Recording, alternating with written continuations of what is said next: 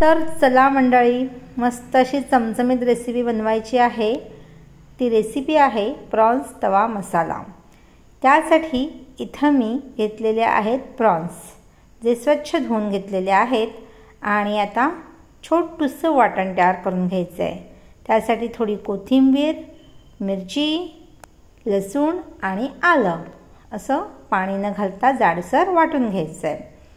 आता ह्या कोळंबीला हळद आणि हे वाटलेला मसाला लावायचा आणि ॲज युजुअल तवा ठेवायचा गॅसवर। तव्यामध्ये तेल टाकायचं, बारीक चिरलेले 2 कांदे अगदी छान परतून घ्यायचे। त्यामध्ये थोडी लसणाच्या अख्ख्या पाकळ्या टाकायच्या आपल्याला आवडत असतील तर, आणि वाटलेला मसाला 1 चमचा, थोडी हळद टाकायची आणि लाल तिखट। याच्यामध्ये थोडं काश्मीरी लाल तिखट आणि रेग्युलर लाल तिखट असं टाकलं तरी चालतंय, आणि गोडा मसाला छान परतून घ्यायचं। आणि मिक्सरच्या भांड्यात जो मसाला होता ना आपला हिरवा, तो असा पाणी घालून विसळून ते पाणी मसाल्यामध्ये टाकायचं आणि छान शिजवून घ्यायचं। आता हा पहिले मसाला व्यवस्थित शिजवून घ्यायचा आणि त्याला तेल सुटलं पाहिजे।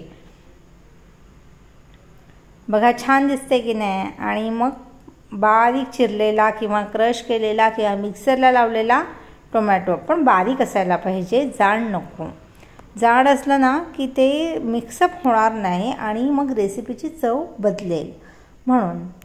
तर इथं 2 कोकम टाकले आहेत आंबटपणासाठी आणि मॅरिनेटेड केलेली ही कोळंबी, आणि ही पण छान अशी परतून घ्यायची आहे। चवीनुसार मीठ,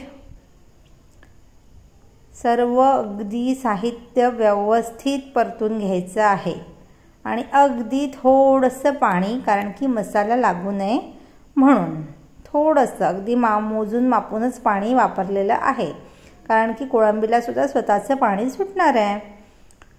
आणि 5 मिनिटं झाकण ठेवलं आहे, बघा पाणी सुटलं की नाही असं। तर अशा पद्धतीने ही सगळी व्यवस्थित भाजी केलेली आहे आणि त्याच्यामध्ये अर्धा चमचा चिकन मसाला टाकला आहे टेस्टसाठी। पुन्हा 5 मिनिटं व्यवस्थित शिजवून घेतलं आणि आपला तवा मसाला जवळजवळ तयार झाला आहे, पण इथे पाणी जरा जास्त दिसतंय म्हणून थोडं सुकवून घ्यायचं आहे। तर ही बघा अशी मस्त टेम्पटिंग ही भाजी तयार झालेली आहे।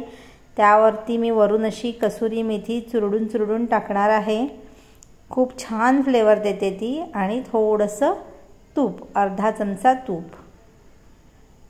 आणि अशा पद्धतीने आपला हा प्रॉन्स तवा मसाला तयार झालेला आहे। रेसिपी आवडली असेल तर लाईक करा, शेअर करा, सबस्क्राईब करा आणि करून बघा कशी झाली आहे।